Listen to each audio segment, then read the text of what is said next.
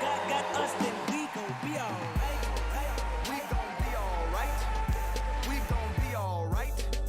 We gon' be alright. Do you hear me? Do you feel me? We gon' be alright. We gon' be alright. Huh? We gon' be alright.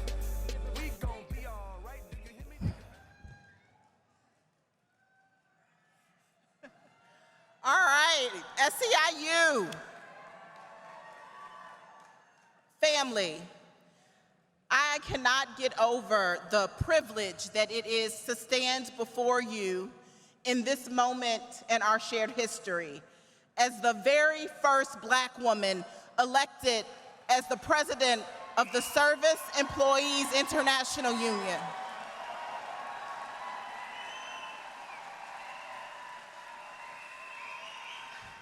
I just have to say that last night, a delegate from Florida asked me, he was like, "Are you the first?" And I said, "Well, yeah." And he said, "You gotta tell us, sis, you gotta tell us. I gotta go home and tell my daughters." And so I gotta keep saying it. I am the first Black woman elected as the president of the Service Employees International Union.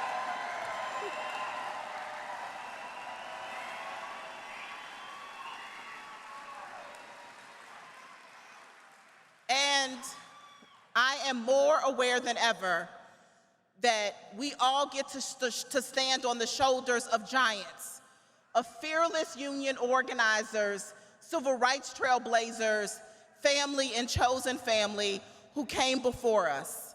They waged battles for dignity, for freedom, for opportunity. And I'm talking about titans who broke barriers in this union. Titans like Patricia Ford, Valerie Long, Eliseo Medina, Gerald Hudson, Louisa Blue, and so many more.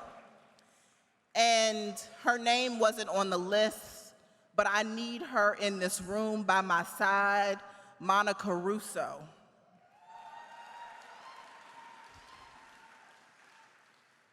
They shattered barriers, and because they did, I stand here with all of you all today. But their legacies extend beyond the changes they engineered. They have also been guiding lights when our paths ahead grow dim. And I want to take a moment to honor one of those guiding lights, a leader whose wisdom and courage has transformed not just this union, but the entire labor movement, our very own Mary Kay Henry.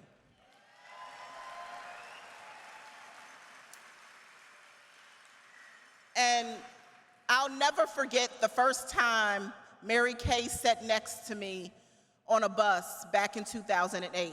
We were rolling toward Capitol Hill. And, you know, Mary Kay did her thing. She made sure we were sitting next to each other. And I got Mary Kay'd. And if anybody in this room has ever gotten Mary Kay'd, then you know what I'm talking about.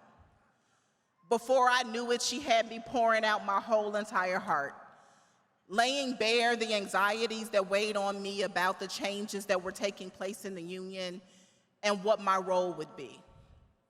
And she did that Mary Kay thing. She listened, she offered advice, she asked what I envisioned for myself. And I told her I was ready for a new challenge, but no matter what, I don't want to be put in a box, I told her. I returned home to DC and I received a handwritten note in the mail from Mary Kay.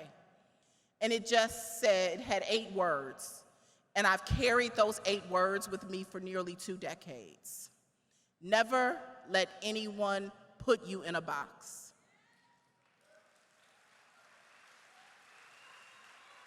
But I have to express my deepest gratitude in front of this entire convention.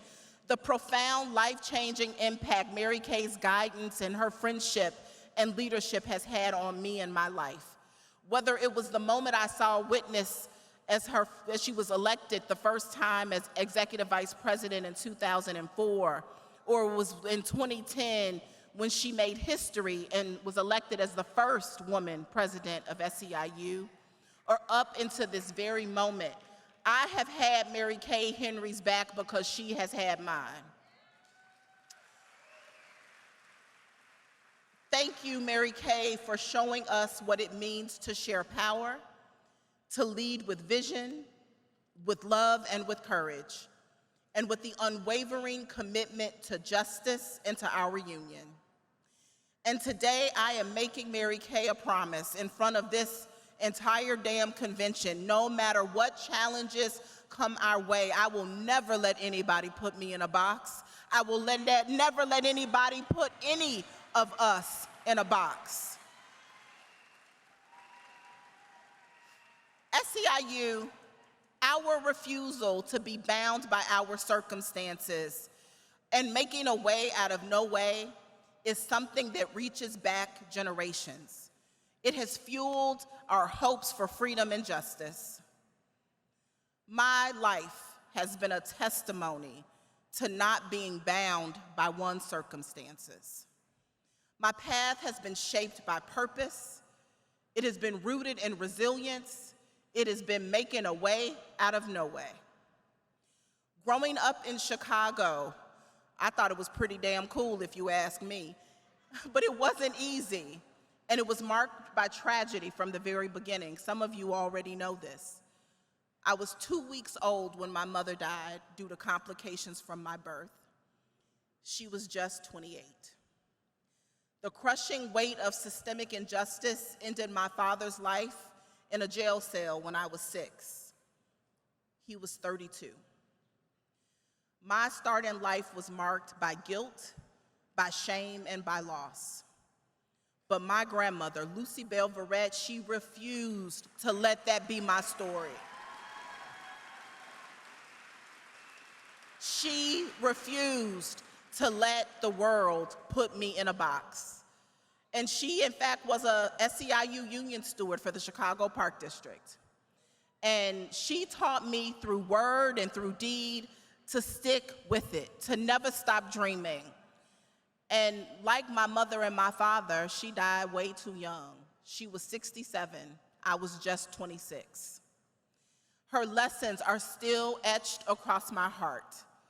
She taught me how to roll with the punches, and that's exactly what I did.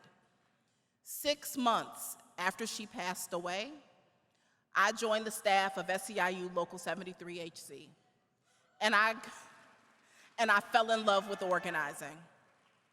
I cared so deeply about the community hospitals we were organizing. Those workers were my people. They were my community. They were my mother, they were my father, they were my grandmother. And I poured my heart and my soul into our little local. We put members first, and we won. And if you know, you know. So when the idea of uniting 3 healthcare locals into one was first proposed, I was anxious about the change. The thought of losing that identity, that sense of community, was so scary. And I realized I had a choice to make. I could either resist the change or I could roll up my sleeves and help build something new. I chose to build something new.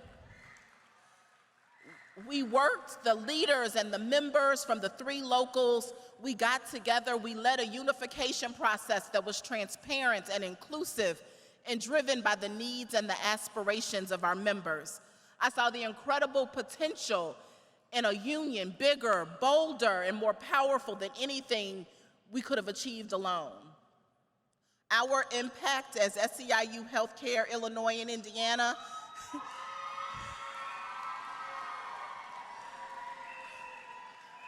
our impact, it was immediate and it was far-reaching, and it still endures today. All right. I think that's a Chicagoan. We threw ourselves into the 2008 presidential campaign. We organized with our siblings from Local 1 and Local 73, and we tirelessly got out our vote, and we got our guy, Barack Obama, elected to the White House. When the votes were counted, we had helped turn Indiana blue for the first time since 1964.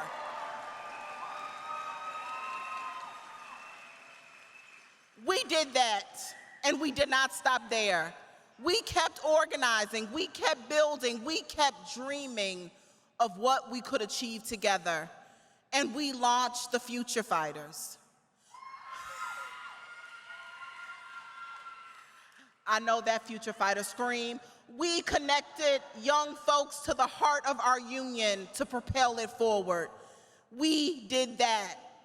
And when Michael Brown's murder sparked the movement for Black Lives, HCII looked ourselves in the mirror, like so many other locals did at the time, and we made real commitments to racial justice and to equity work, not just in the workplace, but in the wider community.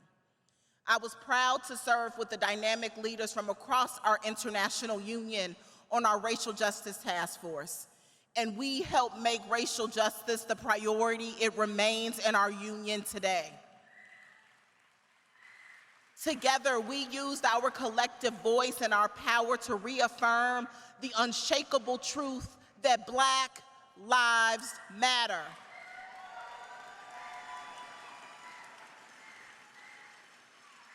It was a pivotal moment at a pivotal time, not just in our local in the Midwest, but for our entire union.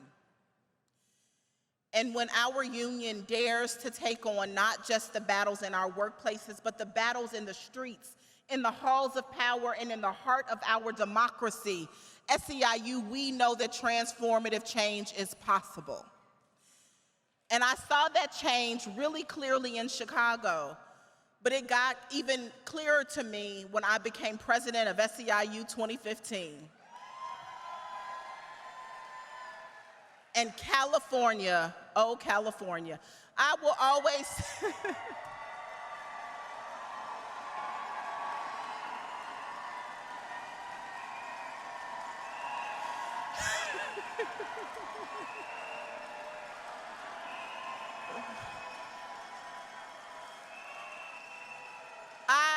I know,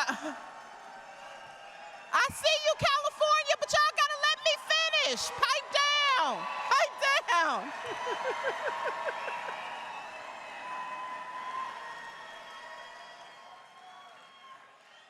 I always say that Chicago is where I learned to fly, but California is where I soared.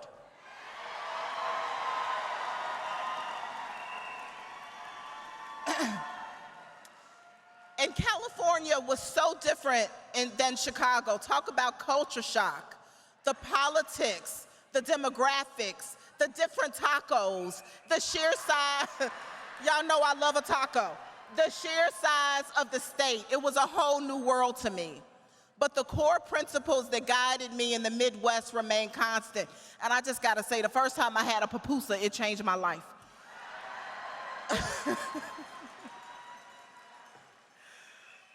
And over time in California, we began to see transformative change take shape. Together in California, we were the first state in the nation to pass a $15 minimum wage.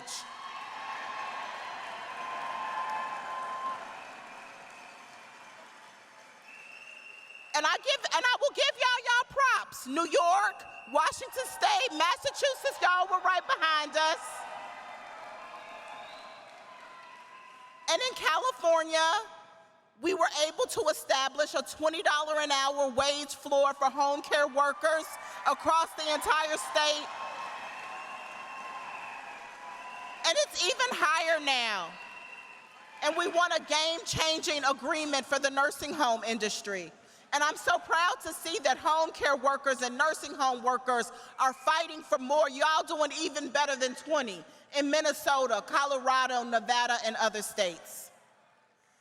And in California, we knew that we are stronger together, and we needed to be 700,000, all 10 toes down for each other. And we fought for gig workers and rideshare drivers. We lifted up workers at community clinics and dialysis providers. And something I will always be proud of, 500,000 fast food workers in the fight for 15 and a union. have a $20 an hour wage floor, and a statewide council to set standards. Transformative change happened in California, and it's going to happen all across this country.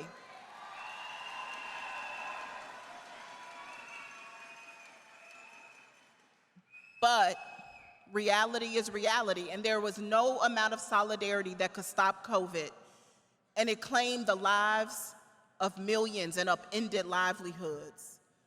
But we have always done, in the face of adversity, what we do. This union, we did not back down from COVID. We stepped up. And because we did, we won hazard pay and personal protective equipment and the protections that every single worker deserves. That's the power of our union, and that's the difference we make when we fight together. The COVID pandemic laid bare the structural cracks in our system that too often swallow the lives of working families. The pain, loss, and grief of the pandemic gave me new clarity. It was so personal for me, and I knew that I had to do more. So when I was called away from sunny California, I was ready. And I knew I had to lead, and the board voted me as secretary-treasurer. And it has been a real pleasure to serve with this officer corps for the past 2 years. The tremendous leadership of Rocio Sines and Leslie Frayne and Heather Conroy and Joseph Bryant and Neil Bisno. And we have been moved by how Mary Kay shared her power with me. We all know the story, asking me to lead our strategic planning for the future, that it has resulted in the core resolution that we just adopted. I am so proud of our vision for the future. And I know that we are ready to usher in a new era of worker power to unite 1 million workers into our union.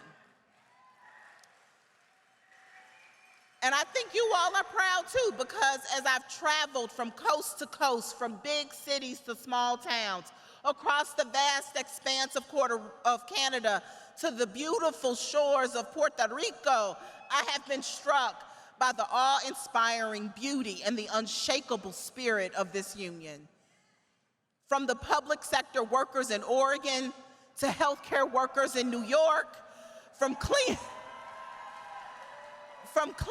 in Quebec to fast food workers in the South, security officers in Seattle, education workers in Puerto Rico, this union, we are and we represent a stunning tapestry of diversity, of resilience and power. In every corner of our union, I see the same fire, the same determination, and the unwavering commitment to justice. We are united in one common purpose, one shared vision of a world where every worker is valued and every voice is heard. This is us. This is our union. But to truly harness the power of our union, we have to be willing to throw out the playbook from the last 100 years. Now it is time to get rid of the status quo. We must redefine what's possible in the workplace and pull out all of the stops to build worker power in a more effective and inclusive manner. That means embracing sectoral organizing, so we can raise standards for entire industries. We cannot wait for workplace by workplace. We can't wait, Roxy. It means innovating new forms of membership and representation so we can reach workers in every corner of the economy, from gig workers manning to Starbucks baristas, wherever Lynn Fox is. It means investing in cutting-edge technology and data-driven strategies, Alfonso, so we can connect with workers where they are and grow our movement in ways we never thought possible. And it means putting racial and gender and identity justice at the center of everything we do, so we can dismantle the structural barriers that have held working people back for generations. This SEIU is how we build power in the 21st century. This is how we transform not just individual lives. This is how we will transform entire communities. This is how we will transform entire economies. And make no mistake, when we build political power, we build, I'm gonna do that over. When we build worker power,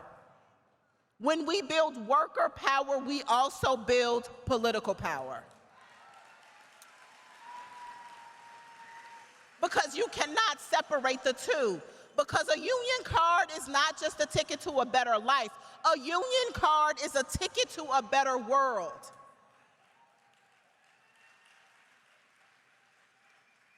SEIU, we know that the world we are fighting for is dependent on the health of our democracy. And in 2024, democracy, Patrick, is on the line. All around us, the forces of extremism and bigotry are marshaling their resources. It is determined to turn back the clock on progress. Workers' rights are under siege and women's bodies are under attack. Immigrants are being scapegoated. White supremacy is on the rise. The humanity of our LGBTQ+ siblings is demeaned and denied. We have a Supreme Court with justices who have traded their allegiance to our Constitution for loyalty to a dangerous demagogue. All the while, the wealthy and the well-connected, they exploit this chaos to line their pockets. They profit shamelessly on our suffering, on the suffering of working families. But here's what I know for sure. This is still a democracy. And last time I checked, in a democracy, the people get to decide which side of history we're on.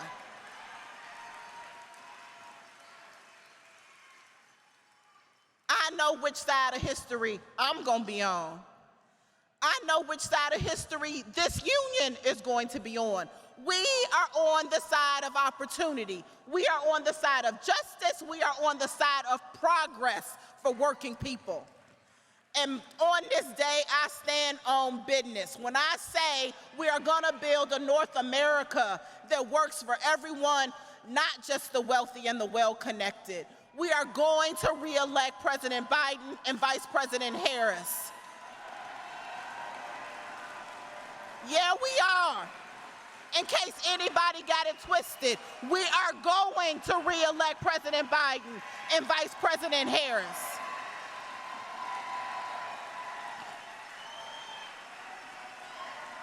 And we are going to make sure she knows that when she comes out here.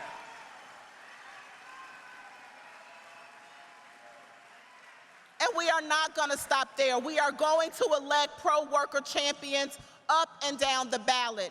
In the U.S. it's this year, but Canada, we coming up north next year.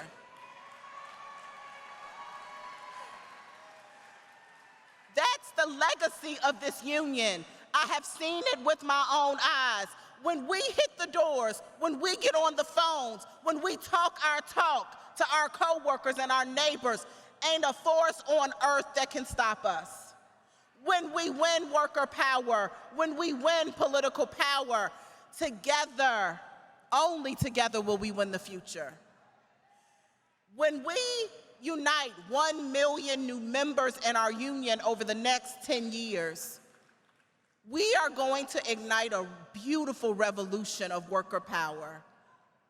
This goal is not just ambitious, it is a clarion call to action. And we'll achieve it by unleashing the full force of our collective strength, by winning groundbreaking victories that raise standards across entire industries, redefining what's possible. Because this here union is a champion for every worker, no matter what you do or where you come from. We will fling open the doors of our union to workers who have been marginalized, overlooked, and underestimated. Because in this union, we leave no one behind. We leave no one behind. We embrace every worker with open arms and fight for their dignity and their respect. We build a union that doesn't just win for today, we will win for generations to come. And not a union that only fights for 15, but a union that fights for and demands and disrupts and creates a world without poverty. Because this union doesn't just watch history, this union makes history. Don't get it twisted. Building a labor movement that is bigger and bolder and more vibrant than ever before, a movement that actually has the power to dismantle corporate control and structural racism, it will require unwavering intention and unapologetic action. It will demand more of ourselves than we ever thought possible. It will demand that we plant ourselves firmly in our values without hesitation or equivocation. And as I look out amongst your faces, I have no doubt that's exactly what we are going to do. At SEIU, we will fight like hell to build worker power. We will defend our democratic institutions with every fiber of our being. We will never, ever surrender our agency. We will never surrender our dignity. We will never surrender our power. We will not bend. We will not yield. At SEIU, we ain't gonna break. We, together, we will always fight, because when we fight, at SEIU together, we will ensure that all workers, black, white, brown, purple, polka dot, whatever, all workers can join forces across employers, across industries, sectors, geographies, to build power like never before. And that means rewriting the rules. And I'll write some new rules, just pass me the pen, because we are ready to draft a new chapter in the history of North American labor.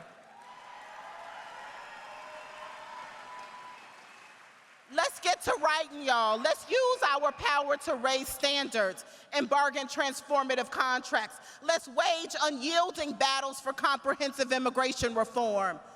Let's heal our planet. Let's end white supremacy. Let's crush authoritarianism. Let's end poverty wages for once and for all.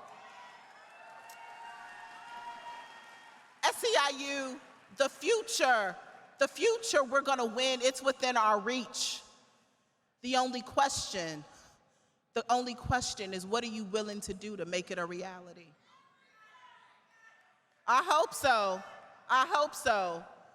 I love this union. I believe in our shared future, and I know I'm not alone. But for anyone who might still be a little confused, I have just a few questions.